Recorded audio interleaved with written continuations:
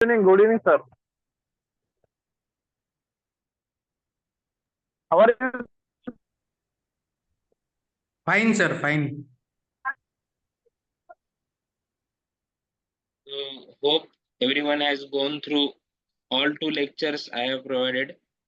तो अभी आज हम जानेंगे कि बिफोर वर्कशॉप क्या है एग्जैक्टली, क्या हम सीखने वाले हैं, मीथ्स फैक्ट्स कॉन्ट्राइंडिकेशंस क्या है। नीरज सर आज ही आपको सब एक्सप्लेन करेंगे, तो लिसन केयरफुली और after the session you will get this PDF also. Yes sir, yes sir. Yes. So, सबसे पहले बिफोर वी स्टार्ट मैं आपको एक सवाल पूछना चाहूंगा कि ऐसी कौन सा आपके बॉडी का पार्ट है जो आप उठते बैठते लेटते सोते दौड़ते भागते नाचते सबसे पहला कनेक्शन जमीन के साथ किसका होता है?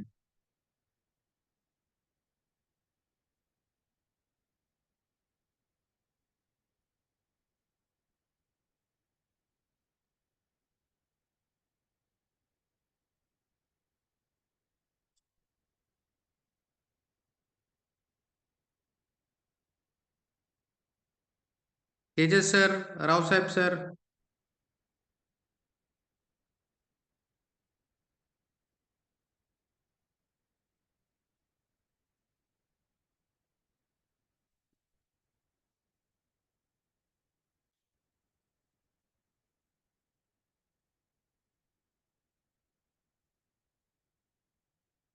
Yes sir, answers in chat, you can proceed. Yes, okay. ठीक है, इंटरेक्टिव तो हम सीधे पीडीएफ पे जाते हैं।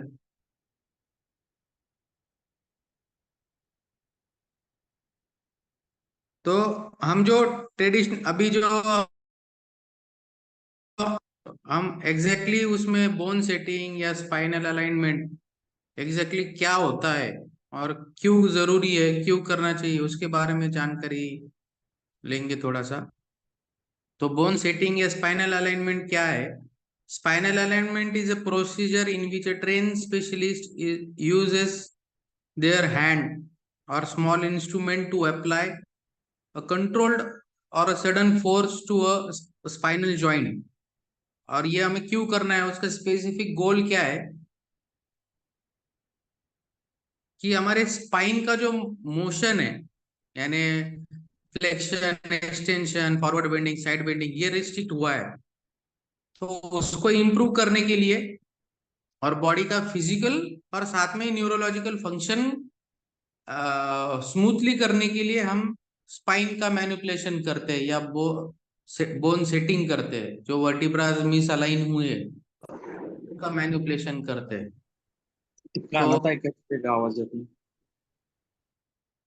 काय म्हणले sir?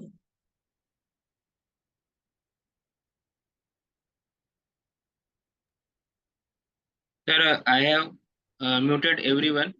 So we will finish this PDF first, then we'll go for the Q&A. तो अभी हम जब बात करते हैं स्पाइन की, तो स्पाइन को इतना इम्पोर्टेंस क्यों है? क्योंकि वो हमारी रीढ़ की हड्डी बोला जाता है। और रीढ़ की हड्डी क्यों जरूरी है? क्योंकि सारे जो हमारे ब्रेन से निकलने वाले नर्व्स आर्टरी वेन्स सब जो है उसका सारा कनेक्शन जाता है हमारे स्पाइन थ्रू। तो सेरेब्रोस्पाइनल फ्लूइड भी उसी से ट्रैवल करता है। आप यहाँ पे देखोगे कि पिंक इसमें दिखाया है कि हमारी सेंट्रल नर्वस सिस्टम है, और ब्लू इसमें देखेंगे हम तो ये पेरिफेरल नर्वस सिस्टम पीएनएस। तो ये दोनों नर्वस सिस्टम जब सिंक्रोनाइज मूवमेंट में काम करेगी तब हम हेल्दी फिट और डिसीज फ्री लाइफ जी सकते हैं। लेकिन जब ये दोनों सिस्टम में एबनॉर्मलिटी क्रिएट होती है, इनका फंक्शन एबनॉर्मल हो जाता है, तो हमारे बाकी के जो प्रॉब्लम्स है वो सब चीजें इस चीज की वजह से होती है, क्योंकि माइंड और बॉडी का सिंक्रोनाइजेशन नहीं हो रहा है। अभी हम देखेंगे कि यहाँ पे हमारे सर्वाइकल के 7 वर्टिब्रास होते हैं। C1 से लेके तो C7 तक, जिसको हम सर्वाइकल, हम MRI एक्सरे में देखेंगे कि cervical lordosis loss, cervical lordosis is exaggerated. तो सर्वाइकल मतलब क्या है कि हमारे ये जो गर्दन के नीचे का हिस्सा होता है, शोल्डर के ऊपर और गर्दन के बीच में, उसको हम सर्वाइकल जोन बोलेंगे, जिसमें 7 वर्टिब्राज होते हैं, C1 C2 C3 C4 C5 C6 C7। और फिर उसके बाद हमारा आता है सर्वाइकल थोरेसिक जंक्शन, या थोरेसिक स्टार्ट होता है T1 से T12 तक। C1 से तो C7 तक जो है, हमारे सारे जो नर्व्स है, वो हमारे हाथों के मूवमेंट और उसके रिफ्लेक्स कंट्रोल करते हैं। फिर जो हमारा थोरेसिक एरिया है T1 से T12 तक, उसमें से ज्यादातर वर्टिब्रा जो है हमारे ऑर्गन्स को कनेक्ट करते हैं। जब आप मस्कुलोस्केलेटल का चार्ट देखोगे या नर्व्स का चार्ट देखोगे, तो आपको दिखेगा कि हर वर्टिब्रा में से हमारे तीन तीन नर्व्स निकलती है। तो एक नर्व जो है वो हमारे ऑर्गन्स को कनेक्ट करती है। तो जब आप स्पाइन मैनिपुलेशन करते हो, तो सिर्फ आप मस्कुलोस्केलेटल नहीं, आप विसरल भी प्रॉब्लम करेक्ट कर सकते हो, जिसको एसिडिटी है, ब्लोटिंग है, कॉन्स्टिपेशन है। तो थोरेसिक एरिया में आप जब मैनिपुलेशन करोगे, तो उसका इनवेरिएबली उसका रिजल्ट जो है वो आगे के ऑर्गन्स पे भी जाएगा। और थोरेसिक, इसमें ज्यादातर प्रॉब्लम नहीं आते हैं। थोरेसिक में प्रॉब्लम आपको तभी दिखेंगे MRI में, एक्सरे में, या पेशेंट की कंप्लेन में, जब कोई एक्सीडेंटल केस हो या ट्रॉमा हो, उसी में आपको दिखेंगे। लेकिन नॉर्मली इसमें आपको थोरेसिक में ज्यादा प्रॉब्लम नहीं दिखेंगे। सबसे ज्यादा प्रॉब्लम जो है वो आपको 3 पार्ट में दिखेंगे। फर्स्ट है सर्वाइकल, सेकंड है लंबर, और जो सिटिंग जॉब या हाउस वाइफ, IT प्रोफेशनल होते हैं, उनको सैक्रल एरिया में भी प्रॉब्लम आता है, क्योंकि रॉन्ग अर्गोनॉमिक्स की वजह से कंटिन्यूस बैठ बैठ के उनका सैक्रल जो है वो मिसअलाइन हो जाता है। तो सबसे ज्यादा प्रॉब्लम, और हमको फोकस करना है लंबर एरिया में, L1 से लेके तो L5 तक। हम काफी MRI रिपोर्ट में देखे होंगे, या डॉक्टर अब बात करता है, या आपको कोई कलीग है वो आपको बताता होगा कि मेरे L5 L1 L2 में प्रॉब्लम है, L3 L4 में प्रॉब्लम है। प्रॉब्लम है मतलब क्या है कि ये L1 से L5 तक जो है, ये आपके पूरे बॉडी का है ना, वेट बेरिंग एक्टिविटी, वो प्रेशर सहन करता है। सो लंबर एरिया जो है L1 L2 L3 L4 L5, इसमें 90% जो हमारे स्पाइन के प्रॉब्लम होते हैं वो ये लंबर एरिया में से कनेक्टेड ही होते हैं। लो बैक पेन, सियाटिका आजकल जो बोलते हैं, सियाटिका है, गादी सरक गई, disc bulge, disc herniation, disc protrusion, listhesis, anterolisthesis, spondylolisthesis, ये सारे MRI रिपोर्ट में आपको ये जो टर्मिनोलॉजी दिखेंगे, वो सारे ही आपके लंबर एरिया में ज्यादा दिखेंगे, लंबर और सैक्रम एरिया में।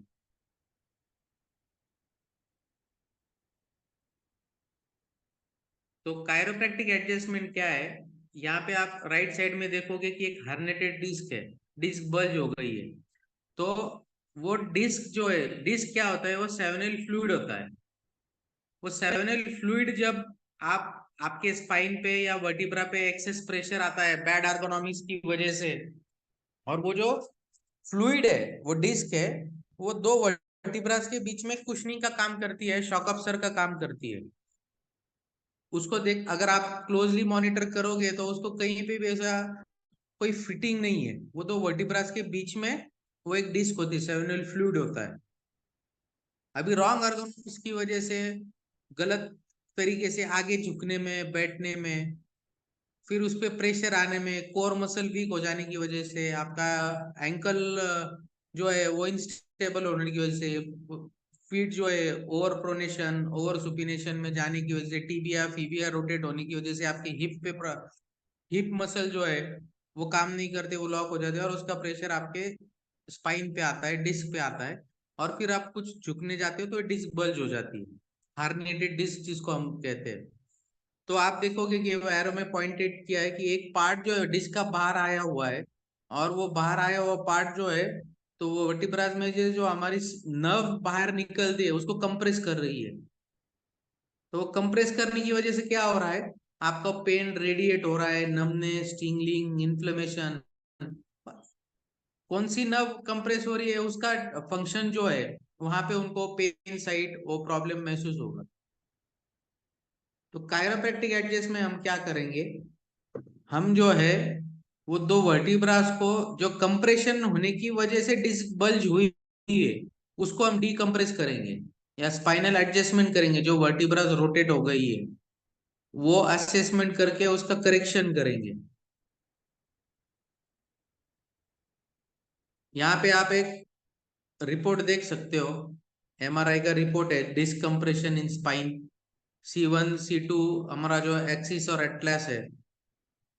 और वहां से देखो आप सारी जो आईवीडी है, इंट्रावर्टिब्रल disc, C3 C4 C5 C6 C7।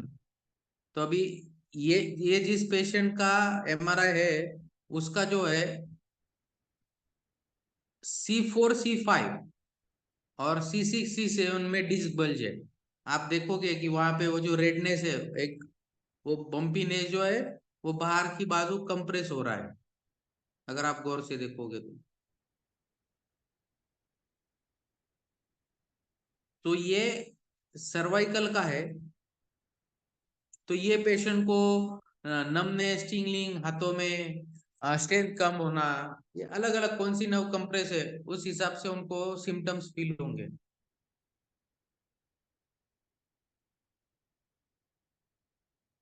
और उसके बाजू में अगर हम देखेंगे तो स्पाइन का एक एमआरआई रिपोर्ट है, फिल्म है, जिसमें जो रेड में दिख रहा है वो स्लिप डिस्क है, डिस्क बल्ज हम जिसको बोलते हैं L4 L5।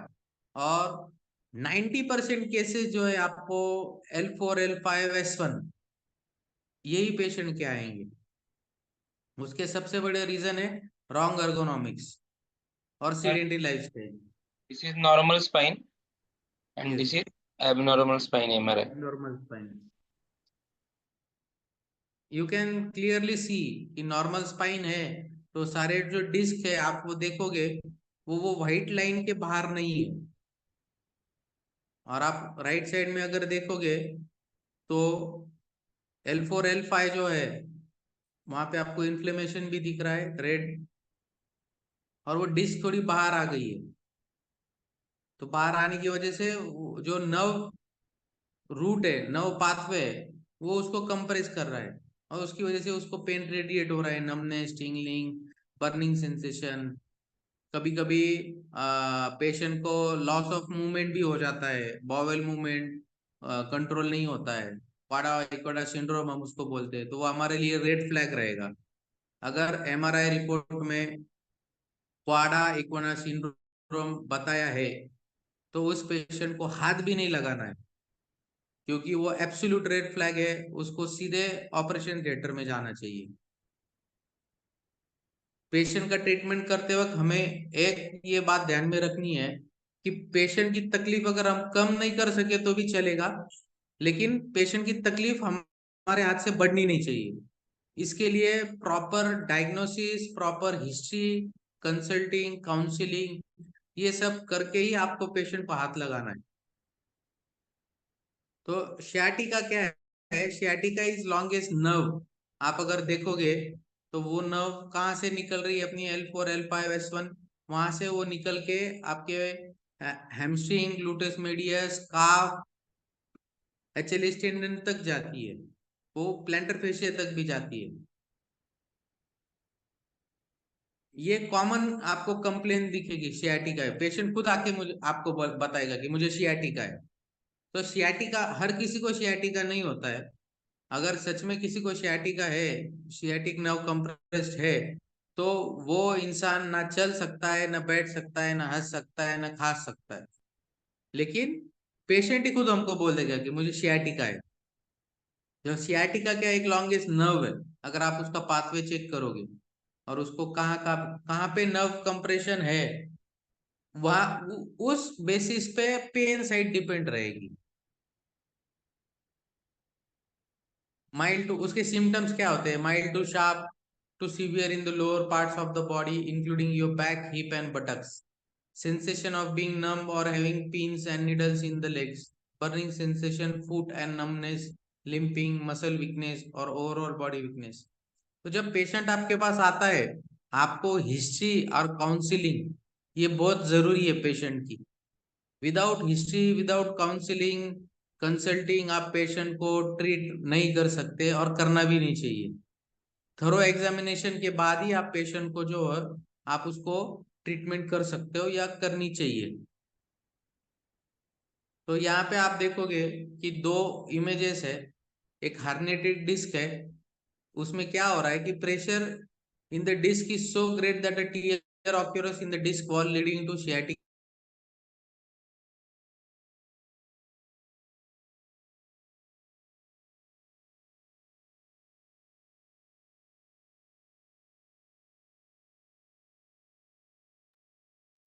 स्पाइनल डिकम्प्रेशन, हम स्पाइनल डिकम्प्रेशन या कैरोप्रैक्टिक मैनिपुलेशन से हम क्या करते हैं, reduction of pressure inside the disc decompress करते हैं, जिसमें हम दो वर्टिब्रास को डिकम्प्रेस करेंगे। इसलिए वो जो डिस्क है वो फिर टू बैक टू नॉर्मल आ सकती है without surgery. Non invasive technique से वो आप प्रॉब्लम ठीक कर सकते हो। यहाँ पे आप देखोगे कि मैंने पहले ही जब जैसे बताया कि problems in the spine lead to, अगर सर्वाइकल में आपके प्रॉब्लम है तो आपको क्या क्या सिम्टम्स पेशेंट बताएगा, headaches, nervousness, insomnia, head colds, blood pressure, fatigue, sinus trouble, trapezius pain, chronic cough, thyroid problem, runny nose, carpal tunnel, stiff neck, nerve pain, low immunity. ये सारा कनेक्टेड जो है वो आपके सर्वाइकल रीजन से connected है। हम थोरेसिक में देखेंगे कि थोरेक्स, जैसे मैंने पहले ही बताया कि हर एक वेन जो है हमारे स्पाइन से जो निकलती है उसका कहीं ना कहीं कनेक्शन हमारे ऑर्गन से भी होता है। तो थोरेसिक कनेक्टेड है तो हम पेशेंट को asthma, cough, breathing, hand pain, heart condition, bronchitis, gall bladder, fever, circulation, arthritis, heartburn, kidney trouble, skin conditions, congestion, gas, sterility, chest pain. तो ये सारे जो सिम्टम है इसका मतलब उसका थोरेसिक काम नहीं कर रहा है, थोरेसिक मिस फंक्शन कर रहा है। और सबसे मेन पार्ट जैसे मैंने बताया कि सबसे मेन दो पार्ट जो है, एक सर्वाइकल और लंबर। तो उसमें पेशेंट को constipation, poor circulation, leg cramps, bladder pain, knee pain, sciatica, low back pain, varicose vein, weakness, weak ankles, ये सारे आपके लंबर रीजन से कनेक्टेड है। और पेशेंट स्कोलियोटिक है, उसको पाइल्स की तकलीफ है, इचिंग है, टेल बोन पेन है, कॉक्सिक्स पेन है, तो ये कहाँ से कनेक्टेड है, सैक्रम से कनेक्टेड है। सो इसमें से हम एक चीज हमें क्या समझ में आती है कि हमारी बॉडी जो है वो वन यूनिट है। अगर आपके थोरेसिक में प्रॉब्लम है तो आपके आगे जो थोरेसिक के आगे जो सारे एंटीरियर साइड में जो ऑर्गन्स है उसमें भी प्रॉब्लम है। तो जब आप मैनिपुलेशन करोगे तो इनडायरेक्टली जो है आप वो ऑर्गन्स को भी, हमारे विसरल ऑर्गन को भी स्टिमुलेट करोगे।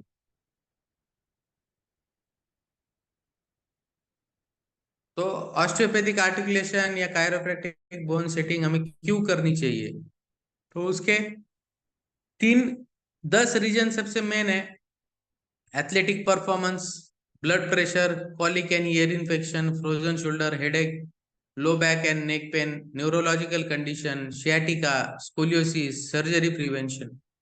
तो इन सब चीजों से कायरोप्रैक्टिक करने से जो है हम इससे, ये 10 तो है ही और इससे भी और भी ज्यादा हम पेशेंट को राहत दे सकते हैं।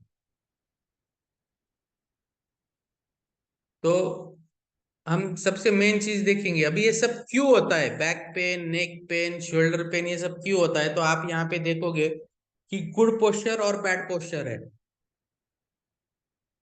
तो अलग अलग पोस्चर है, स्वे बैक है, लंबर लॉर्डोसिस है, थोरेसिक काइफोसिस है, फॉरवर्ड एक पोस्चर है। और एक गुड पोस्चर देखोगे, गुड पोस्चर आप पूरा जो आपका हेड टू फीट है वो एक लाइन में आता है, तब आपका पोस्चर गुड होगा। जब हम पोस्चर एनालिसिस करेंगे वर्कशॉप के वक्त हम पोस्चर एनालिसिस करना भी सीखेंगे। तो उसके नीचे अगर हम देखेंगे कि बैड पोस्चर साइंस और पॉसिबल बॉडी सिग्नल्स, गलत पोस्चर होने की वजह से क्या क्या हो सकता है। हेड शिफ्ट फॉरवर्ड होगा, फॉरवर्ड नेक पोस्चर हो जाएगा। तो जब फॉरवर्ड नेक पोस्चर हो जाएगा, तो फॉरवर्ड नेक पोस्चर क्यों होगा? सबसे बड़ा रीजन जैसे मैंने बोला कि everything is connected to feet. जब फीट में इनबैलेंस रहेगा तो बॉडी जो है वो सेल्फ करेक्शन करेगी। तो सेंटर ऑफ एक्सिस मेंटेन रखने के लिए वो आपका हेड फॉरवर्ड शिफ्ट हो जाएगा, आपके शोल्डर्स राउंडेड हो जाएंगे। तो increase curved in your mid back, low back का जो है वो लॉर्डोसिस लॉस हो जाएगा या ओवर लॉर्डोसिस हो जाएगा, जिसकी वजह से हमारे हिप पे स्ट्रेस आ जाएगा। तो हिप, नी, एंकल। तो फीट के बाद में सबसे मेन पार्ट जो होता है हमारे बॉडी का, जो सेंटर ऑफ ग्रेविटी जो है वो कंट्रोल करता है, वो है हमारा हिप एरिया। आप अगर देखोगे तो वो है हमारा पेल्विस जो है, वो हमारा शॉक अब्सर का काम करता है, अपर बॉडी और लोअर बॉडी का। तो जब उसमें डिसफंक्शन हो जाएगा तो आपका बॉडी का शॉक अब्सर मैकेनिज्म ही काम नहीं करेगा। तो आपको back pain, knee pain, hip pain, cervical, ये सारी चीजें होने ही होनी है। तो ये कुछ इमेज है रेफरेंस के लिए। पेशेंट को जो है, अगर आप लेफ्ट में देखोगे बिफोर और राइट में देखोगे तो आफ्टर, यहाँ पे आपको थोड़ा सा पेल्विस जो है, अगर आप पोस्चर असेसमेंट करोगे तो उनका लेफ्ट पेल्विस जो है वो अप है, राइट डाउन है, जिसकी वजह से उनका पोस्चरल डिफॉर्मिटी है। तो एक 3 से 4 सेशन के बाद में जो है, उनको पूरा ट्रीटमेंट प्रोटोकॉल देने के बाद आप उनके शेप चेक कर सकते हो। ये जो रिंकल्स है आप वो भी देखिए, और उनका पेल्विस जो है, सैक्रम एरिया, वो भी आप चेक कीजिए। तो जब भी हम कोई भी ट्रीटमेंट करते हैं तो उसमें सबसे पहले जो इम्पोर्टेंट पार्ट आता है वो कॉन्ट्रा इंडिकेशन। कौन सा पेशेंट करना चाहिए से ज्यादा कौन सा पेशेंट हमें नहीं करना चाहिए, ये अगर हम ध्यान में रखेंगे तो हम सेफ प्रैक्टिस करेंगे। तो कॉन्ट्रा इंडिकेशंस क्या क्या है बोन सेटिंग में? Osteoporosis, osteoarthritis, fracture, dislocation, fused spine, desiccation, pregnancy, anxiety, nerve root compression, trauma, accident, swelling, inflammation, cancer और मलिगेंसी। पेशेंट्स को हिस्ट्री हमें इसीलिए लेना चाहिए कि मलिगेंसी नहीं होनी चाहिए। अगर पेशेंट को टीबी है और आप उसको स्पाइन मैनिपुलेशन करोगे तो आप उसको मौत के मुंह में ढकेल दोगे, क्योंकि वो जो मलिगेंसी है वो टीबी पूरे स्पाइन में फैल जाएगा। इसीलिए हिस्ट्री टेकिंग वो बहुत इंपॉर्टेंट पार्ट है आपके ट्रीटमेंट का। अगर आपको हिस्ट्री टेकिंग नहीं करना है तो आप पेशेंट को ट्रीट भी मत कीजिए, क्योंकि history taking is one of the most important part आप पेशेंट को जो ट्रीटमेंट दोगे उसके लिए। फिर सीवियर पेन है और स्किन इन्फेक्शन है, तो इन सब चीजों में ये कॉन्ट्रा इंडिकेटेड है। तो अगर हम कॉन्ट्रा इंडिकेशन ध्यान में लेंगे तो हम हमारी प्रैक्टिस जो है वो सेफ कर पाएंगे। कॉन्फिडेंस और ओवर कॉन्फिडेंस, ये दोनों वर्ड में सिर्फ ओवर, ये जो 4 लेटर वर्ड है ना उसका डिफरेंस है, लेकिन वही 4 लेटर डिफरेंस जो वर्ड है ना वही सबसे बड़ा मायने रखता है, और उसी से सारे प्रॉब्लम क्रिएट होते हैं। जब हम ओवर कॉन्फिडेंट हो जाते हैं तो हमें सेफ प्रैक्टिस करनी है, जो हम 3 दिन आपको सारे सेफ टेक्निक बताएंगे। और इंडिकेशन से ज्यादा कॉन्ट्रा इंडिकेशन पे हम ज्यादा फोकस करेंगे कि किसको नहीं करना है। तो अगर किसी को कोई डाउट और क्वेरी होगा तो वो पूछ सकते हैं। तो जो जिसमें बोन सेटिंग का कॉन्ट्राइंडिकेशन है, वो वो कुछ कैटेगरी ऐसी है जिनको हम एमएफआर और आईएसटीएम में कवर कर सकते हैं। तो सर वो एमएफआर और आईएसटीएम जो है ना, जी वो कितना जरूरी है? तो एक इसीलिए मैंने एक फ्रोजन शोल्डर का भी इसमें स्लाइड ऐड किया था। जी। तो वो केस में आप कितना जरूरी, थोड़ा एक्सप्लेन कर देना। हाँ, सिर्फ फ्रोजन शोल्डर ही नहीं, आपको जब आप कायरोप्रैक्टिक पे एडजस्टमेंट आपको करनी है, अभी ये जो है ये फ्रोजन शोल्डर, अदेसिव कैप्सुलाइटिस, तो ये कंडीशन में आप पेशेंट को मैन्युपुलेशन कर ही नहीं सकते हो। तो आपको क्या करना पड़ेगा, ये जो आप देख रहे हो देखो, एसी जॉइंट है, क्लेविकल है, स्कैपुला है, ग्लूकोहेमोरल जॉइंट है, ह्यूमरस है, शोल्डर कैप्सूल है, एक्रोमियन है, और स्कैपुला, सब स्कैपुला, पेक्टोलियस मेजर, माइनर, ये सारे मसल जो है वो एक शोल्डर एक कॉम्प्लेक्स जॉइंट है।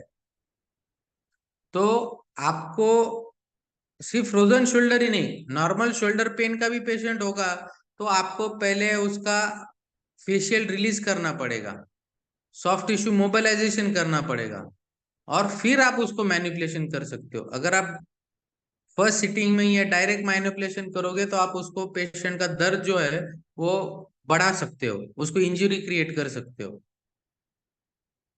तो मायोफेशियल रिलीज, आईएसटीएम, आईएसटीएम क्या है, instrument assisted soft tissue mobilisation. तो हम एक मेडिकल ग्रेडेड स्टेनलेस स्टील होता है, उसको कर्व होता है, उसको बेवल्स होते हैं, सिंगल वेसल, डबल वेवल्स। तो वो टूल के यूज करके हम सुपरफिशियल लेयर जो है फेशिया का वो रिलीज करते हैं। मतलब एक ट्रीटमेंट प्रोटोकॉल बनता है आपका कि पहले सिटिंग में जो है आपको हिस्ट्री कंसल्टिंग काउंसलिंग कर लिया, फिर उसके बाद उसको थोड़ा सा फेशियल रिलीज किया, मसल रिलीज किया, फिर सेकंड सिटिंग में आपने उसका मैनिपुलेशन किया। फर्स्ट सिटिंग में हमको मैनिपुलेशन नहीं करना है, हमको सेल्फ प्रैक्टिस करनी है। पहले आजू बाजू के जो मसल्स है उसको रिलैक्स करो और फिर आप मैनिपुलेशन करो, तो आपको और ज्यादा अच्छे रिजल्ट आएंगे। तो आईएसटीएम मायोफेशियल डिकम्प्रेशन जो है, आईएसटीएम हम एक इंस्ट्रूमेंट असिस्टेड सॉफ्ट इंस्ट्रूमेंट होता है, अलग अलग शेप के होते हैं, लार्ज मसल ग्रुप के लिए, स्मॉल मसल ग्रुप के लिए। तो उससे जो है आपको सॉफ्ट टिश्यू रिलीज करना होता है, जिससे कि आपको immediately with in 1 to 2 minutes of treatment आप पेशेंट का जो है आप मूवमेंट रिस्ट्रिक्ट जो है वो खोल सकते हो विद इन 2 to 3 minutes, और पेशेंट को जो है वो पेन से राहत मिल सकती है। तो उसके दो तरीके होते हैं, एक आईएसटीएम भी होता है और मायोफेशियल डिकम्प्रेशन भी होता है, जिससे हम कपिंग का यूज करके, क्योंकि कपिंग ही एक में ऐसी ट्रीटमेंट है जिसमें हम निगेटिव प्रेशर क्रिएट करते हैं। कपिंग जब हम कप लगाते हैं तो उसमें निगेटिव प्रेशर क्रिएट होगा और उसको हम सक्शन करेंगे तो वो स्किन को लिफ्ट करेगा, वो अपार्ट करेगा। तो जब वो अपार्ट करेगा तो वहां पे जो है फ्रेश ऑक्सीनेटेड ऑक्सीजन मिलेगा, ब्लड आएगा, फ्रेश सर्कुलेशन हो जाएगा, तो वहां पे टिश्यू हीलिंग जल्दी हो जाएगी।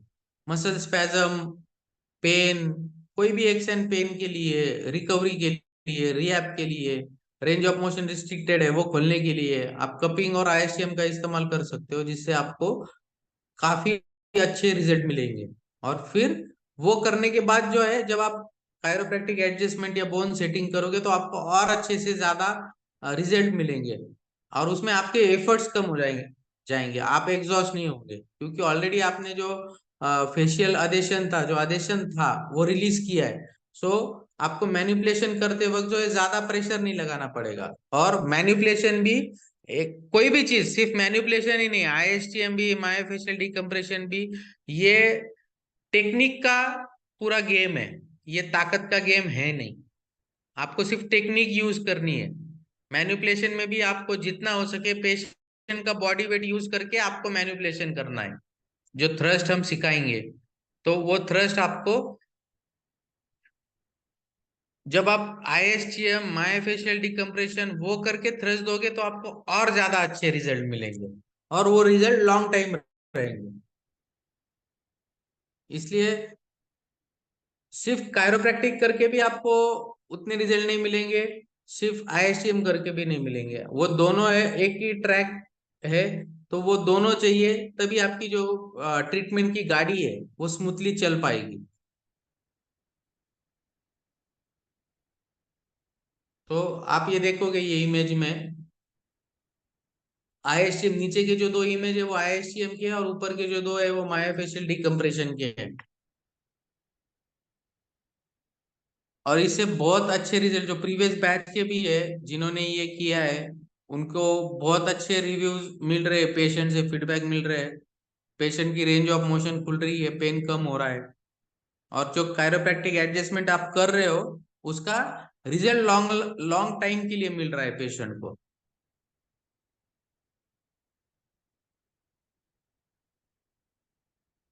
और फिर सबसे बात मेन आता है, जैसे मैंने पहले ही बताया, बॉडी इज वन यूनिट। तो जब आपके पोस्चरल में डिफॉर्मिटीज है तो वो लाजमी है कि आपके पोस्चर के अंदर जितने भी ऑर्गन्स आते हैं, मतलब हम काइफोटिक हो गए, काइफोटिक कर्वेचर हो गया तो हमारे रिब्स लीवर सब कंप्रेशन में जाएंगे। लॉस ऑफ लॉर्डोसिस हो जाएगा तो हमको कॉन्स्टिपेशन, ब्लोटिंग, एसिडिटी, ये सारी तकलीफें होंगी। तो इसमें हम क्या करेंगे, विसरल मैनिपुलेशन में जैसे हमारी मूवमेंट होती है वैसे हमारे हर एक ऑर्गन की एक डेजिग्नेटेड मूवमेंट होती है। सो फॉर एग्जांपल हमारा जो स्टमक है वो एवरी 1 मिनट जो हम ब्रीद इन ब्रीद आउट करते हैं तो वो 10 से 12 बार ऊपर नीचे होता है। किडनी दिन भर में जो है वो ऑलमोस्ट 600 मीटर का डिस्टेंस कवर करती है। तो इन सब चीजों की एक डेजिग्नेटेड मूवमेंट है नेचुरली। जब ये मूवमेंट होती नहीं है तब ये आगे के सारे प्रॉब्लम होते हैं। तो विसरल मैनिपुलेशन में हम क्या करेंगे कि हाथों से, अपने हाथों से जेंटल टच से वो सारे ऑर्गन्स की मोबिलिटी और मोटिलिटी जो रिस्ट्रिक्ट है उसको खोलेंगे, तो जिससे पेशेंट की रिकवरी फास्ट हो जाएगी। पेशेंट अगर आपके पास मस्कुलोस्केलेटल प्रॉब्लम लेके आ रहा है तो आपको उसका विसरल भी करना है। पेशेंट अगर आपके पास विसरल प्रॉब्लम लेके आ रहा है तो उसको आपको कायरोप्रैक्टिक एडजस्टमेंट भी करना है। क्यों? क्योंकि दोनों एक हैंड इन हैंड है, तो वो दोनों करना जरूरी ही है। जी सर।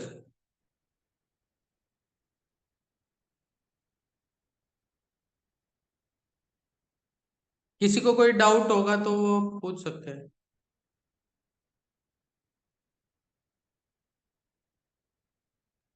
आप अनम्यूट कर सकते हो।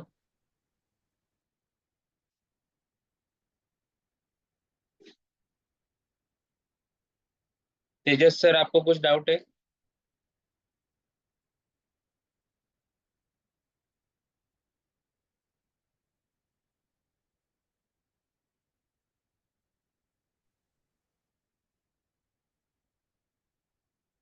हेलो।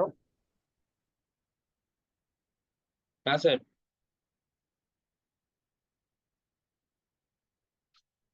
सर बोलिए। तो मैं अभी ट्रैवल कर रहा हूँ, व्हाट्सएप कर देता हूँ। जी सर, आपका क्या क्वेरी है वो तो पूछिए, कुछ होगा तो।